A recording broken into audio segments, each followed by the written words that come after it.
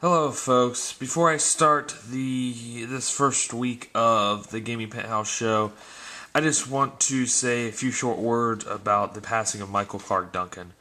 Of course, everybody remembers him in The Green Mile and Armageddon and other various television roles and movie roles. And he was one of the best actors out there. And of course, with that booming voice, he also did a lot of voice work. And he is definitely going to be sorely missed. And the one thing, though, that, this passing has done is it made me... I did not even realize that he was a voice of Atlas in this game right here, God of War 2, on the PlayStation 2. And that God of War Saga just got re-released, or God of War Saga got released on the PlayStation 3, which has all 5 God of War games that have come out so far. So, I don't know if that is technically considered his last voice work, as far as releases or whatnot. But he's certainly going to live on in the video game world, in the movie world, everywhere. But there's actually one other appearance that I'm not sure very many people know. It's not really an appearance. But Michael Clarke Duncan was in this. This is WrestleMania 2000. And he was in the front row. And there's one part, I can't remember which match it is. I can't remember which wrestler it is. But he gets into it verbally. He doesn't actually hit anybody. But he gets into it verbally with one of the wrestlers. And it's actually one of the most memorable things from this show, because WrestleMania 2000, other than the triple threat ladder match, was largely forgettable. But it's actually one of the funniest, one of the best parts of the show. And I will say, if you guys have The Green Mile, go watch it. If you don't have The Green Mile, go out, buy it. It is a movie that everybody should watch. Michael Clarke Duncan, you will be sorely missed. May you rest in peace.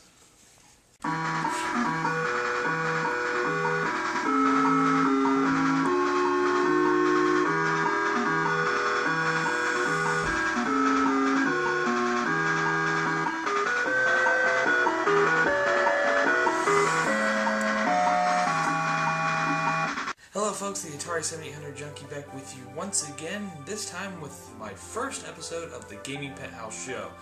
And some of my longtime subscribers might be thinking, well, didn't I do something like this before? I did. I had 3 shows called Gaming Penthouse Sundays, I think at this point about 1.5 years ago. But I'm going to call this episode 1 of the Gaming Penthouse Show because it's only 3 episodes 1.5 years ago. It's, it's largely the same, but I'm going to keep it separate. So, without further ado, let's get on to the pickups that I picked up this past week. Alright, first thing here is a 2-pack of WWE pay-per-views. I have not opened it yet. They're selling at Walmart for $7, so good to your local Walmart if you like wrestling. But this particular one had Elimination Chamber 2010 and Elimination Chamber 2011. Basically, they're packaging 2 of the same pay-per-view from 2010 and 2011 together for $7. You can't beat that price for that. Next game here is another free game from my friend Corey from work, and it is Mega Man Extreme for the Game Boy Color. And I know the label is, pretty much shit, but it doesn't matter. Game plays, that's all that really matters. Next one here I bought at a local comic book store, which maybe I'll have to show you guys one day if they'll ever let me. I haven't taken off the stickers that look like they came from maybe EB Games back in the day, but it is Blaster Master Blasting Again. And I've got the original NES version downloaded on the Wii from the Virtual Console. There's the disc. Somebody wrote their initials and their phone number. And I don't think the phone number will show up on the video because it's black marker on a very dark disc. But I'll definitely clean that off. I will not call the number. That was $5 from the comic book shop, and then for another $2 from that same place, Galaxy Force 2 from the Genesis. I thought this was a vertical shmup or vertical shooter instead of what it actually is, which seems like a poor man's Afterburner or poor man's Super Thunderblade.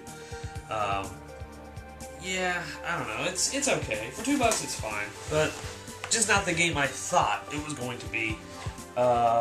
the last game on my pickups here came from another friend of mine from work.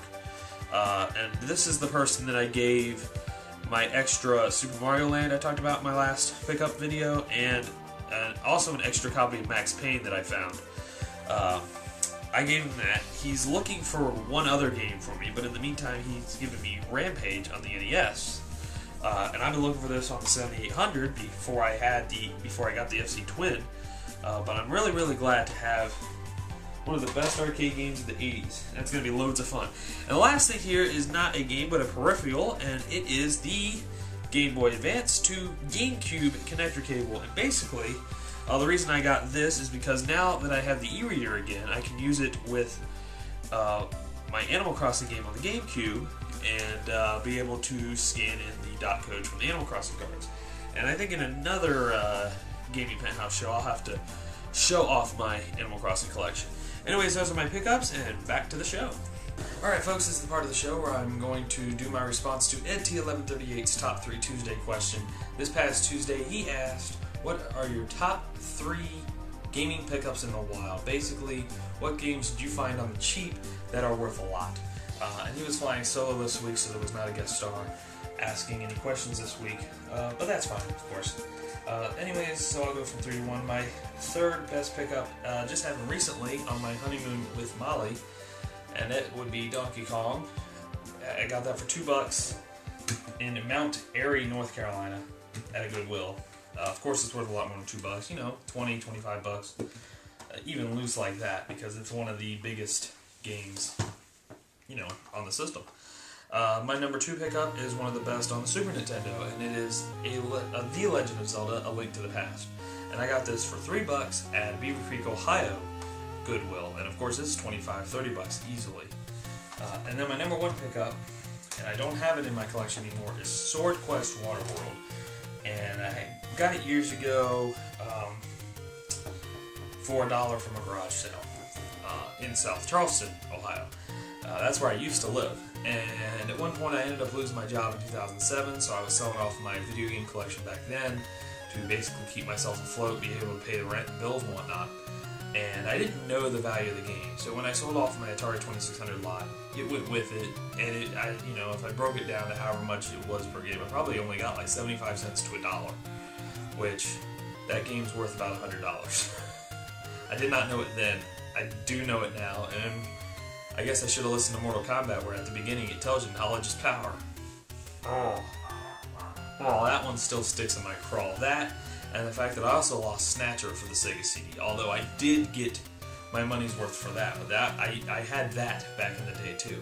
Snatcher and Magical Potful Mail, and both Lunar games.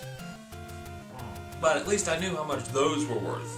But Sword Quest, I had no idea even back. I had no idea, and this was only 5 years ago, that there were even a valuable Atari 2600 games. You know, I figured it's the Atari 2600. Now I know better. Of course, there's that. There's all of the play around and Mystique games, especially Custer's Revenge, and of course Air Raid, which I'll never be able to touch. Oh well, that's okay. It was my best pickup. It's also my biggest loss. Oh well, that's okay. Alright, on with the show now. Alright folks, this is the part of the show where you can vote on one of 5 games for me to possibly review this upcoming Tuesday on my new crappy video game review show. Of course, this past Tuesday I did Test Drive Unlimited. Basically, I chose that one for the first review back in that series, which was a pretty it's a pretty good racing game on the 360. You should go pick it out. Pick it up if you don't have it. It's also available on the PS2. Pick it up for that if you don't have a 360.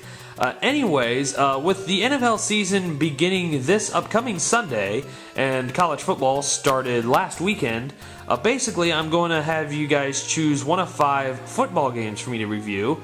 And the first one, the reason I'm showing the Wii, is actually on here. So, without further ado, here are the 5 games you can choose from.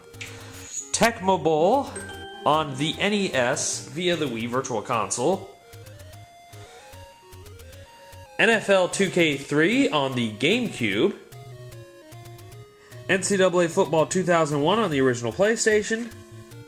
Tecmo Super Bowl on the Sega Genesis, or RealSports Football on the Atari 2600. So again, your choices for this upcoming Tuesday's crappy video game reviews could be Tecmo Bowl from the NES via the Wii Virtual Console, NFL 2K3 on the GameCube, NCAA Football 2001 on the PlayStation, Tecmo Super Bowl on the Genesis, or RealSports Football on the old 2600.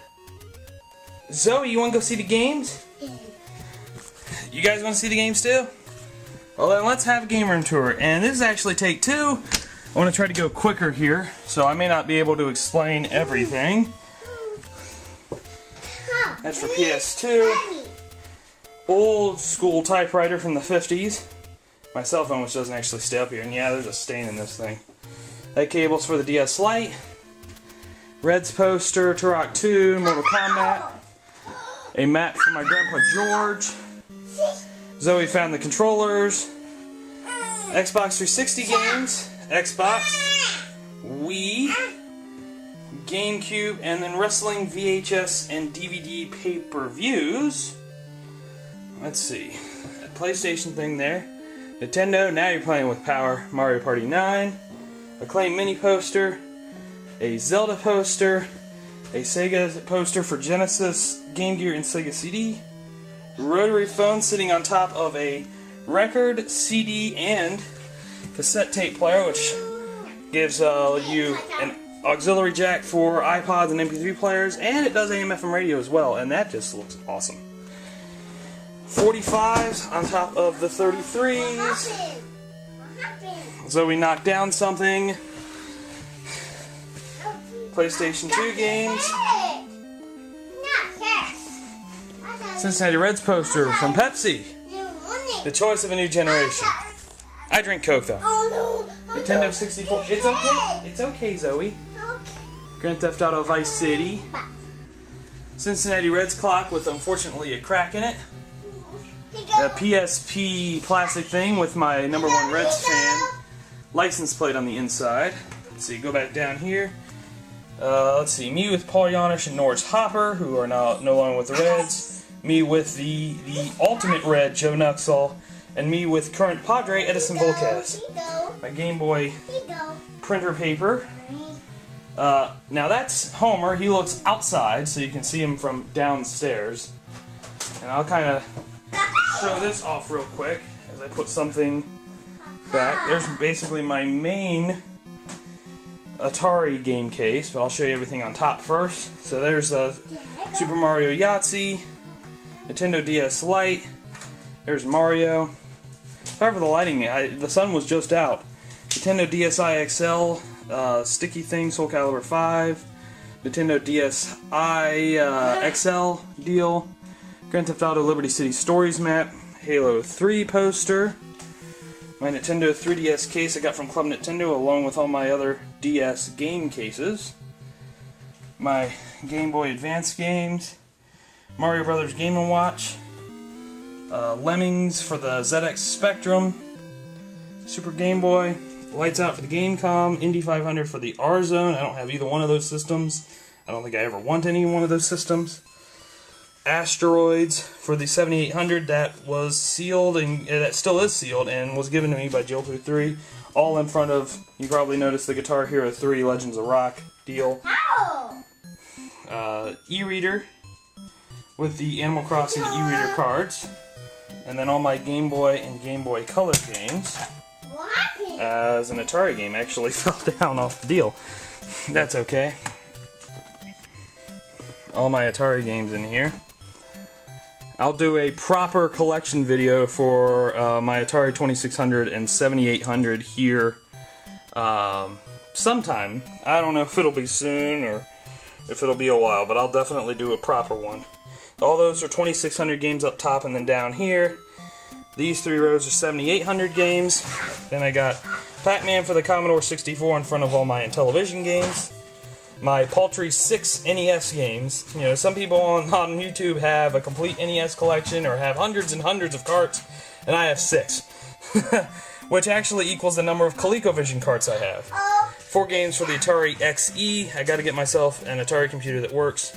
Nintendo 64 deal, which has 12 of my favorite N64 games in there. I'm not going to pull them out right now, though. And then down here are my remaining N64 games, my extra copy of Mike Tyson's Punch-Out, and 4 doubles of Atari games. If you guys want Punch-Out or either one of those, hit me up. I'll do a trade or something, or, you know, I don't know. I don't think... Oh, no, there's stuff in here. So there's my Intellivision overlays, and then DS Lite, Game Boy Advance SP, regular DS, Game Boy, which sadly does not work, Game Boy Advance, and a Game Boy Color, where the sound doesn't work too well.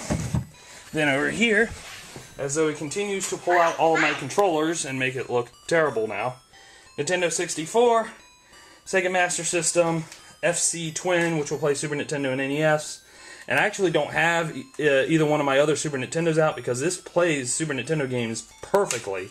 It's only the NES where it's kind of off. My small collection of Sega CD games, all in thin jewel cases except for the Sonic CD, which looks like it probably came with the Sega CD back in the day. My Sega CD's in the closet, too. Game Gear, which unfortunately does not work. Sega Genesis Model 2. And an old cup from Hills Department Store, which, if you guys don't know what Hills is, check it out. There's actually a website showing a lot of Hills pictures. Intellivision television that was given to me, my Retro Game Nerd, Atari 7800, and of course, Molly's old Atari 2600. Strike him out, Mr. Red. Strike him out. Alright, of course my Atari thing, my Atari boxes came in. And then various Reds here, Brandon Phillips, Sean Casey, Joey Votto, and the old third baseman, wow. The old third baseman, Chris Sabo, in front of an old-style Cincinnati baseball and a Reds Replay 2007 DVD. There's also a 49ers helmet, and that all partially blocks the Legend of Zelda Wind Waker poster I got. PlayStation 2 on the top of this here, and a whole bunch of WWE anthology DVDs, you know, going over various people or various events, or just, you know, random matches of tough guys. You know, or, you know, that's like a clip deal, you know, showing like the past year of a feud for The Undertaker. Let's see, a baseball from Bobby Abreu when he hit a home run in Yankee Stadium. Some various random tapes here. 600 cartoon collection. Ah, I meant to have that running. Dang it. Pac-Man card Molly got me one year for my birthday. Her old PlayStation 2. Of course, there's a VCR, but I'm sure you already saw that. The 13-inch TV that everything runs on up here. The 19-inch I used to have didn't have the picture straight. Coleco Electronic Quarterback. A 2008 Trivia card set. My PS1, and then down here, Sega Genesis games, Super Nintendo games, and then 3 32X games and 2 Master System. I really got to do some more Masters. More random tapes, including that one that's holding this door open. PS1 games that are all in thin jewel cases. My double thickness PlayStation games there. The long box PlayStation games, including Mega Man 8, which really isn't a long box, it's a Hollywood Video DVD deal.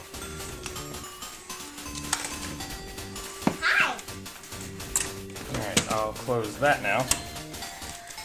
Here are all of my PlayStation games that I do have in the original CD jewel cases that they came with, and I can only fit 3 more in these things that hold it. After that, I don't know what I'm going to do with it. And then, as Zoe's already found, various controllers here in this top bin right there. Boxes for Planet Smashers, Galaga, and Ace of Aces, and one for a third-party Sega Genesis controller. Xbox 360 box, GameCube box, despite the fact I don't have a GameCube, and there's a Wii box. I'm not going to move it. You guys know what a Wii box looks like. These other 2 drawers just have random crap in it, including some other boxes. I really should get Star Raiders and Title Match Pro Wrestling displayed, but they're down there for now. Infamous 2 poster I got from work for $1. Get in touch with Sega Software. That's for the Master System. Various paintings by Wade Hoyt, a very famous Cincinnati Red from back in the day. Down there is Sonic the Hedgehog. There's my plug for my Game Boy Advance SP and my original DS. There's just some random DVD movies in that. Legend of Zelda Twilight Princess. There's a bunch of stuff in my closet, but I'm not going to open it up because it's a complete mess right now. The Max Payne 3 poster I haven't been able to put up yet because there's no hammer. And finally, opening day 2012 for the Reds.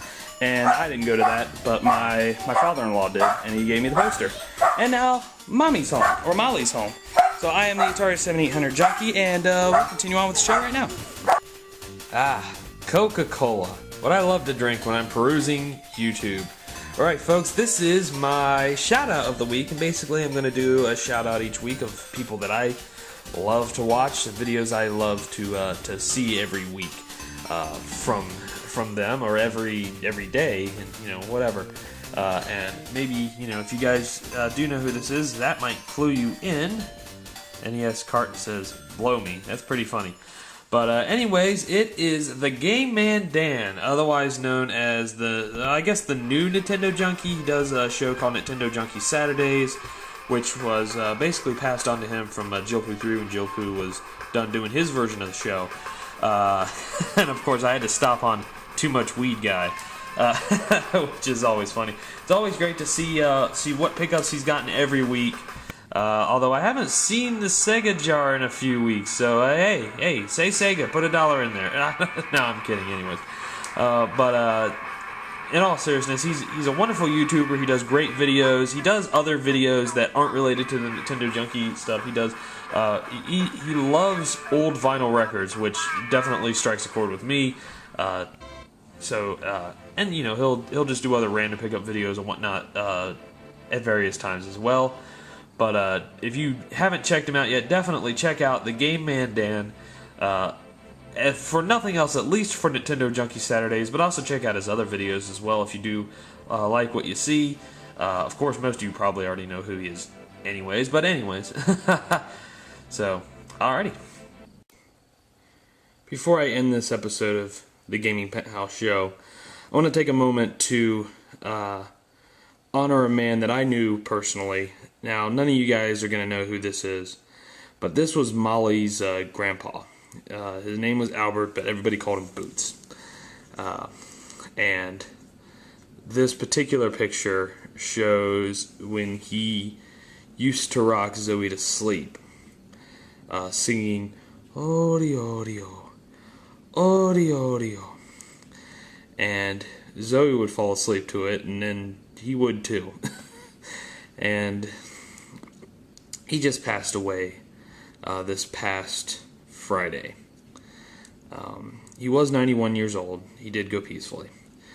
But I only knew him for a few years. Because, of course, I didn't meet him when I first met Molly. So I really only knew him for a few years. And he is one of the nicest people I've ever known. It really is sad to see him go. Zoe's been asking, where did Bootsy go? And we've had to tell Zoe that Bootsy's gone home. And it's Zoe's love for Bootsy. It's sad that she'll probably never really remember him when she grows up. But again, he had such a kind heart. And this is kind of a small token of my appreciation of just ever being able to meet him. Even though, again, none of the people watching this are going to know who he was. But I just figured I just had to put him in this episode because I cared for him deeply. He was like a grandpa to me. I believe, that he ended up loving me just as much as he loved Molly. And I always felt like I had his utmost respect, and he certainly had mine. And in the smallest token of appreciation that I had for him, yesterday, where I work, we were allowed to wear college football teams. And I knew this was coming up, and I was gonna wear my Tennessee, my Tennessee baseball jersey. I don't have a football one. I was gonna wear my Tennessee baseball jersey and my Tennessee hat. But when I learned that he had passed away, I knew that I wasn't gonna wear that. I ended up wearing a Notre Dame t-shirt that he gave to me a few years before. Now, I've never been a Notre Dame fan, and I don't think I ever will be. He was a huge Notre Dame fan. Like, it was, you know, he would have loved to see what Notre Dame did to Navy this past Saturday when they were in Ireland. He would have been cheering them on like he was 5 years old again. And I've seen him do that, and I've seen him do that with the Reds too. So I ended up wearing Notre Dame. And I really did it because everyone at work knows I'm a Tennessee fan. And I did it so that people would ask why was I wearing Notre Dame, just so I could explain to everybody that asked why I was wearing Notre Dame, in appreciation of this man. Albert Boots Hohlmayer, you will be forever missed. I love you. I know Molly loves you. Zoe loves you. And I hope one day I will get to see you again. Sorry, guys, for ending on such a somber note for my first episode back with this show. But I will be back in good spirits next week. So, thank you all for watching. Until next time, folks, take care, and God bless.